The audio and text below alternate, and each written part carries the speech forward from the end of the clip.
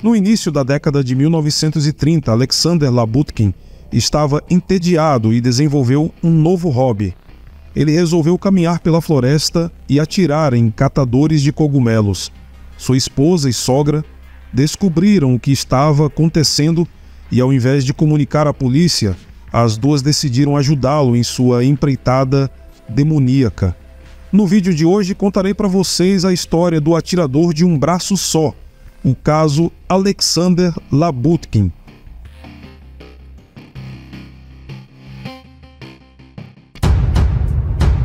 Ao longo da história, a sociedade humana sempre precisou produzir monstros. Muitas vezes chamamos esses monstros de demônios, seres míticos, assombrações extraterrestres.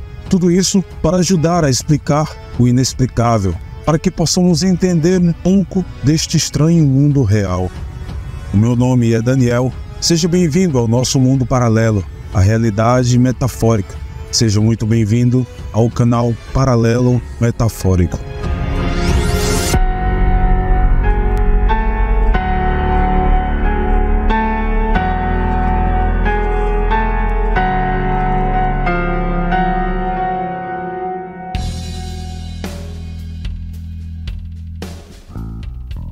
A infância. Alexander Labutkin nasceu em 1910 em São Petersburgo, Rússia. Seu pai era armeiro, profissional que repara, modifica, projeta e fabrica armas. Ele trabalhava na fábrica de Krasnoznamenets e sua mãe era dona de casa. A família, embora da classe trabalhadora, era muito próspera financeiramente. Naquela época, ser armeiro ou maquinista era muito lucrativo e honroso. A Revolução Russa e a Primeira Guerra Mundial apenas melhoraram a situação dos Labutkins. Como a munição era escassa, os armeiros eram tidos como profissionais essenciais para a nação. A adolescência de Alexander ocorreu durante os maravilhosos anos da nova política econômica, conhecida pela sigla NEP, um acrônimo para Novaya Ekonomiskaya Politika. Foi uma política econômica seguida na União Soviética entre o abandono do comunismo de guerra em 1921 e a coletivização forçada com a ascensão ao poder de Stalin em 1928. Nessa época, os negócios floresceram repentinamente, na então União das Repúblicas Socialistas Soviéticas. As mulheres começaram a usar vestidos luxuosos e maquiagem importada, e os homens a vestir ternos e chapéus. A pobreza não estava mais na moda. Os camponeses e trabalhadores sem instrução não eram mais tratados com arrogância e desprezo. Pelo menos esse foi o caso da família Labutkin, que começou a gastar muito dinheiro em boas roupas e móveis caros. Em minhas pesquisas não foi possível saber se Alexander tinha irmãos e irmãs, mas ele estava destinado à carreira de armeiro desde o nascimento. Era o legado do seu pai. Desde a infância, seu pai arrastou o filho para a fábrica, ensinou os meandros da ferraria e costumava levá-lo para campos de tiro e caça. Alexander não gostava muito do processo de fabricação de armas, mas adorava atirar. Na adolescência, ele já era um mestre no manuseio de armas. Literalmente desde os tempos de escola, adorava usar terno e chapéu e parecia um gangster americano. Na escola, Labutkin era medíocre, pois estava completamente desinteressado. Seu foco era atirar, caçar, comprar coisas caras e beber com seus amigos, o que ocupava todo o seu tempo. Aos 16 anos, muitas garotas da sua idade começaram a se interessar por ele. Alexander era considerado o pretendente perfeito. Um rapaz de família bem estabelecida financeiramente, bonito, inteligente, de boas maneiras e sempre vestido com roupas caras. Depois de concluir com muita dificuldade o ensino médio, o pai de Alexander o contratou para trabalhar em sua própria fábrica como atirador, para testar as armas que eram confeccionadas. Alexander testava as armas, impressionando a todos não só com a precisão do tiro, mas também com truques literalmente circenses de tiro, com as duas mãos, no espírito dos primeiros faroestes. Naquela época, a posição de atirador era bastante honrosa e bem remunerada, embora o jovem nunca tivesse dinheiro suficiente para as coisas caras e extravagantes que tanto amava. O acidente. Em 1930, Labutkin foi enviado para uma fazenda coletiva para ajudar a arrancar troncos de árvore do campo. Poucos poderiam lidar com tal tarefa. Foi necessário colocar explosivos corretamente sobre alguns desses troncos, percorrer uma distância suficiente e então realizar a explosão. Não é tão difícil, mas muito perigoso. O problema é que a piroxilina, produto químico derivado da celulose, muito inflamável e com aparência semelhante à do algodão usado na fabricação de explosivos, não era muito confiável, pois às vezes não detonava, e em outros momentos a explosão ocorria antes do esperado. Alexander já havia feito um trabalho semelhante antes, então estava confiante em sua detonação. Essas explosões eram uma espécie de evento na comunidade e reuniam muitos curiosos, principalmente garotas. Com isso, Alexander queria mostrar o seu domínio naquele trabalho para impressionar suas fãs, que se alegravam a cada explosão. Em alguns momentos, essas meninas se aproximavam de Alexander para ver como ele preparava o explosivo, e mesmo as autoridades já tendo alertado para o perigo da situação, nenhuma delas deu a mínima e gostavam de vê-lo em ação, enquanto ele misturava os produtos químicos nos troncos. Alexander, com um sorriso maroto, colocou piroxilina sob o tronco e estava prestes a se afastar para a distância exigida, quando de repente ocorreu uma explosão. O jovem foi arremessado vários metros e ficou atordoado. Sua mão ficou gravemente danificada pela explosão. Felizmente a carga não foi forte e ele foi levado imediatamente ao médico, mas nada pôde ser feito. O que sobrou da mão teve que ser amputado. Algumas semanas depois, descobriu-se que a fábrica estava disposta a pagar uma indenização, mas ele ainda foi demitido do emprego. Aos 20 anos, Alexander perdeu não só a mão, mas também o sentido da vida. Quase desde o berço, ele foi preparado para viver a vida de um bem-sucedido armeiro e agora se transformou em um aleijado desempregado. Ele ainda conseguia fingir ser um cara elegante e um galã arrogante, mas mais cedo ou mais tarde alguém notava a ausência de sua mão, e a admiração em seus olhos invariavelmente dava lugar à pena. Ou melhor, ele pensava assim. Mais tarde, Alexander conseguiu um emprego na fábrica química de Oktinsky, como especialista em manutenção de tubos, e alguns meses depois, surpreendeu a todos quando se casou com uma jovem chamada Maria. Ela parecia, aos olhos de todos, uma escolha muito estranha para Alexander. Todos na fábrica consideravam Labutkin um bom pretendente, e devido ao histórico e índole de sua família, as pessoas achavam que ele merecia uma esposa à altura. Devemos lembrar que, naquele tempo, fatores como deficiência física ou pobreza eram tidos como errados para a sociedade, ou seja, você deveria ser um ser humano polido e perfeito para ter algum respeito em sua comunidade. Já Maria era uma garota de 18 anos vinda de uma família de histórico duvidoso e com passagem pela prisão pelo crime de falsidade ideológica, quando alterou o seu currículo para conseguir um emprego num cargo alto em uma madeireira. Na época, ela trabalhava na mesma fábrica que Alexander e, segundo diziam, o empregador só a contratou por pena, pois sua família estava falida. Então, por que Alexander se casaria com alguém assim? Mas Maria, assim como Alexander, gostava do estilo de vida que a nova política econômica proporcionou, apesar de não ter dinheiro suficiente para usufruir de alguns benefícios. Ela parecia não entender as dificuldades financeiras de sua família e gastava o pouco dinheiro que ganhava comprando roupas e indo a festas. Alexander Labutkin a entendia como ninguém. Eles eram um lindo e brilhante casal, mas ambos se sentiam indignos de tal vida e sabiam que viviam uma farsa social. Alexander por falta de uma mão e Maria por sua ficha criminal. Logo, porém, a nova política econômica entrou em decadência e os Labutkins não sabiam e não queriam viver na nova realidade. Gostavam de vestidos lindos, chapéus da moda e ternos caros, embora agora tudo isso já parecesse cômico e grotesco. O atirador. A família de Labutkin não aceitou a escolha do filho e o jovem casal teve que viver com os pais da esposa na periferia da cidade. Labutkin tinha direito a uma pensão e também ganhava um bom dinheiro na fábrica, trabalhando no turno da noite.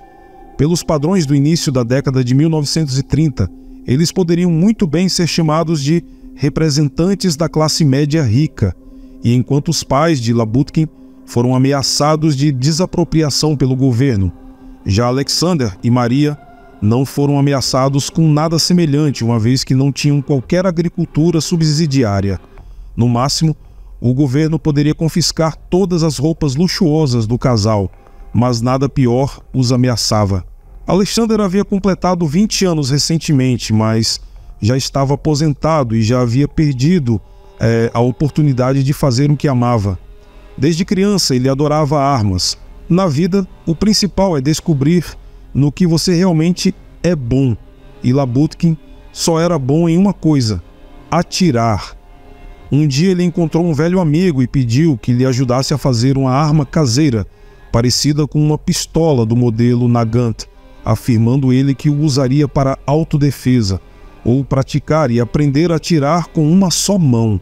E quem sabe assim ele conseguisse novamente o seu emprego como atirador em alguma fábrica de armas. O amigo cumpriu a promessa, fez para Alexander uma arma caseira que disparava balas de rolamento, mas avisou que ele não podia mais contar em conseguir um emprego na fábrica, pois tudo tinha mudado. Ninguém queria um atirador, muito menos um atirador moneta. Em 29 de dezembro de 1933, Alexander saiu para passear na floresta pela manhã, antes do trabalho. Ele costumava fazer isso para praticar tiro e colher cogumelos. Naquele dia, ele notou 2 catadores de cogumelos em sua clareira favorita, onde costumava treinar. O casal estava colhendo cogumelos. Eles estavam claramente visíveis, mas Alexander estava escondido atrás das árvores. Ele mirou e disparou 2 vezes. As pessoas caíram no chão como se fossem alvos de papelão num campo de tiro. Poucos minutos depois, Alexander aproximou-se deles, pegou alguns pertences pessoais e os cestos de cogumelos, levou para casa e sua sogra fritou para o almoço. Maria, a esposa de Alexander, notou imediatamente que ele parecia especialmente feliz e animado. No dia seguinte, Alexander atirou em mais 3 pessoas em um cenário semelhante ao anterior, mas desta vez ele não levou nada de valor da cena do crime. A aparição do atirador não podia mais ser ignorada. A polícia estava ocupada investigando os assassinatos, pois já se espalhavam pela cidade rumores sobre o aparecimento de um atirador, um monstro, um espírito maligno que se vingava dos bolcheviques pelo roubo de ícones e pelo incêndio de igrejas. Quanto mais rápido os rumores cresciam, mais esforços a polícia fazia, mas o atirador parecia ter desaparecido.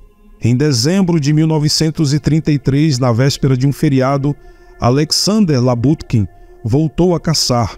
Suas vítimas eram um casal que caminhava da floresta em direção à fábrica de Oktinsk.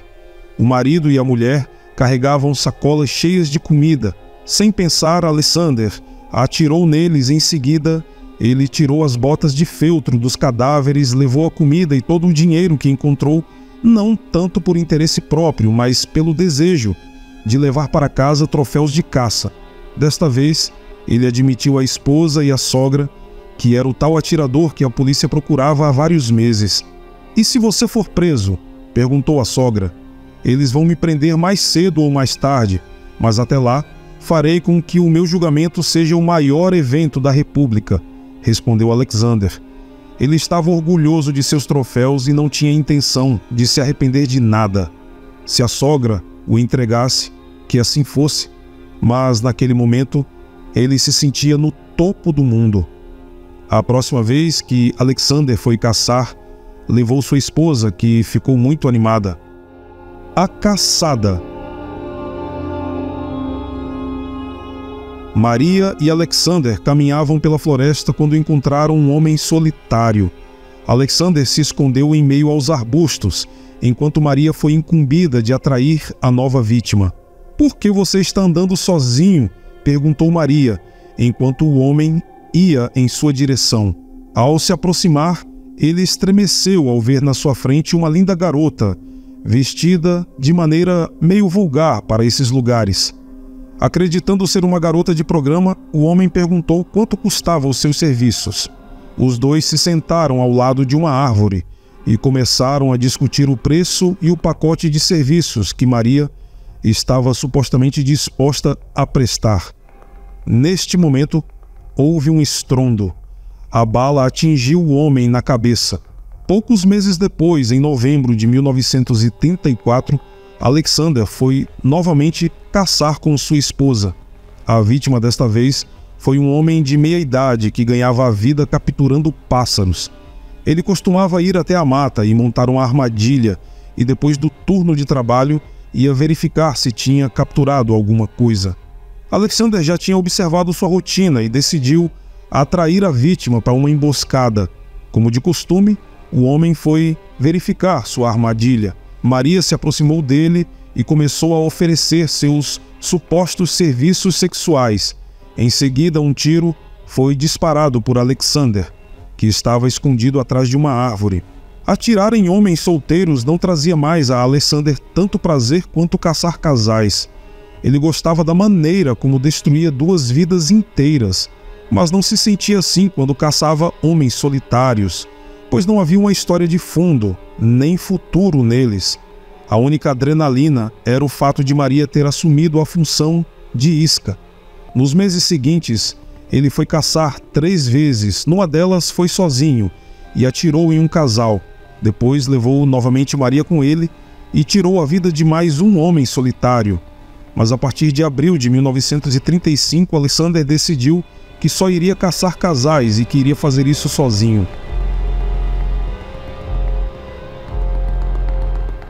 Certo dia, uma garota finalmente concordou em sair com um rapaz que a tinha convidado diversas vezes. O tempo estava bom e ela não queria ficar em casa. O rapaz era desagradável, mas ela não queria ficar sentada na janela a vida toda esperando pelo príncipe encantado.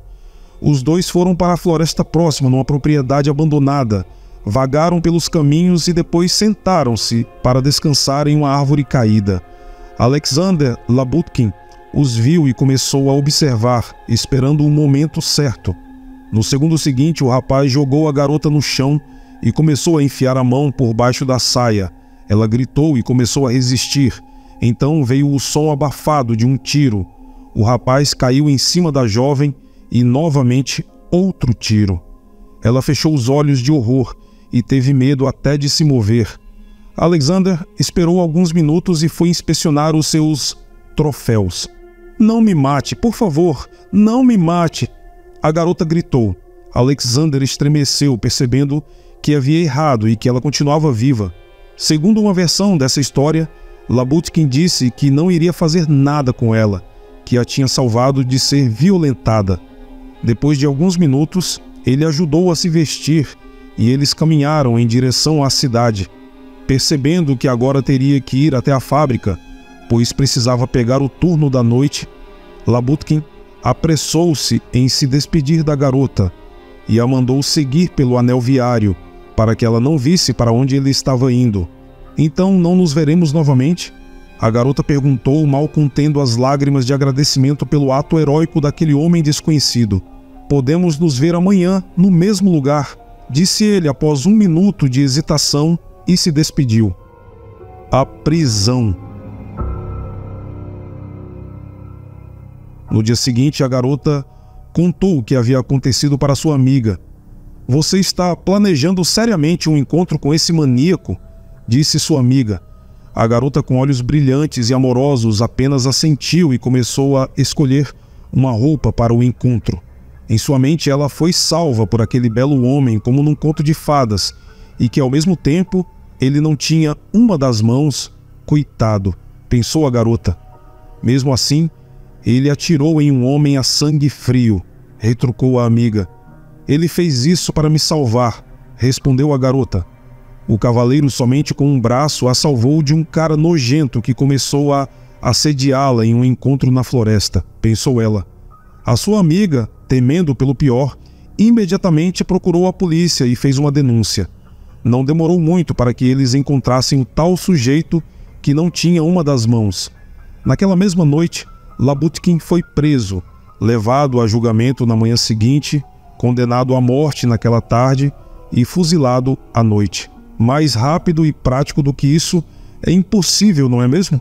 Maria Labutkin foi levada a julgamento e condenada por cumplicidade a passar 10 anos em uma prisão de trabalhos forçados. A sogra de Alexander também foi julgada por não denunciar os acontecimentos e foi condenada a 5 anos de prisão. Não se sabe se a garota apaixonada pelo assassino foi ao banco dos réus, e eu não consegui encontrar nenhuma informação sobre ela nos registros da época, nem mesmo seu nome. A motivação. O que se sabe é que Alexander Labutkin estava plenamente consciente das suas ações. O trauma que sofreu que o privou da oportunidade de fazer o que amava, uma briga com os pais que levou ao rompimento total do relacionamento, além de novas condições de vida sem coisas bonitas e caras, amigos e idas a restaurantes luxuosos, muito o influenciou. A caçada humana parece que o ajudou a lidar com suas emoções, deu-lhe a adrenalina necessária e a sensação de perigo que ele precisava para viver. As 15 vidas que ceifou teriam ajudado a sua mente pervertida a se sentir um super-herói acima da multidão. A última vítima de Alexander, a tal garota supostamente salva por ele, é creditada em alguns artigos como tendo desenvolvido a Síndrome de Estocolmo, uma condição ou teoria proposta que tenta explicar por que, às vezes, reféns desenvolvem um vínculo psicológico com seus captores, mas na verdade ela estava simplesmente fascinada por seu salvador, pois, segundo alguns especialistas, não houve tempo suficiente para o desenvolvimento da Síndrome de Estocolmo. Na verdade, a garota não entendeu o que aconteceu com ela e só se lembrava de ter sido salva por um homem bonito e maneta, por quem se apaixonou sob a influência de uma dose avassaladora de adrenalina. É muito provável que no encontro que marcaram, Alexander tivesse decidido matá-la para se livrar da testemunha, mas como ele nunca compareceu ao encontro, para ela essa história permaneceu para sempre a página mais brilhante e romântica de sua vida. O desfecho da história de Alexander Labutkin, o atirador de um braço só, é um reflexo perturbador de como o destino pode ser moldado por escolhas pessoais e circunstâncias adversas. E mais, este caso é emblemático por várias razões. Primeiro, por demonstrar como eventos traumáticos podem desestabilizar profundamente a psique de um indivíduo, levando-o a buscar controle e poder de maneiras destrutivas. A transformação de Alexander de um jovem promissor em um assassino em série foi marcada por um crescente isolamento e um ressentimento profundo contra o mundo. É uma história macabra que nos mostra como a combinação de eventos pessoais devastadores e um contexto social desfavorável pode transformar um indivíduo comum em um símbolo de medo e violência, além, é claro, de sua pura maldade.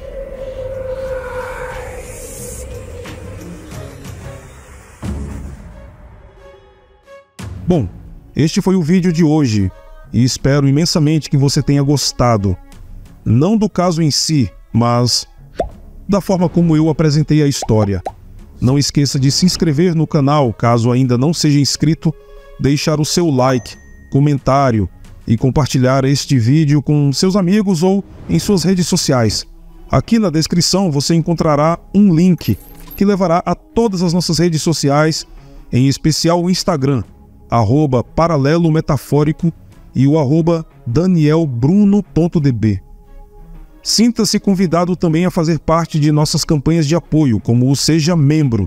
Os detalhes estão na descrição. No mais é isso, muito obrigado pelo carinho e atenção de todos. E como sempre nos vemos nos comentários. Até mais!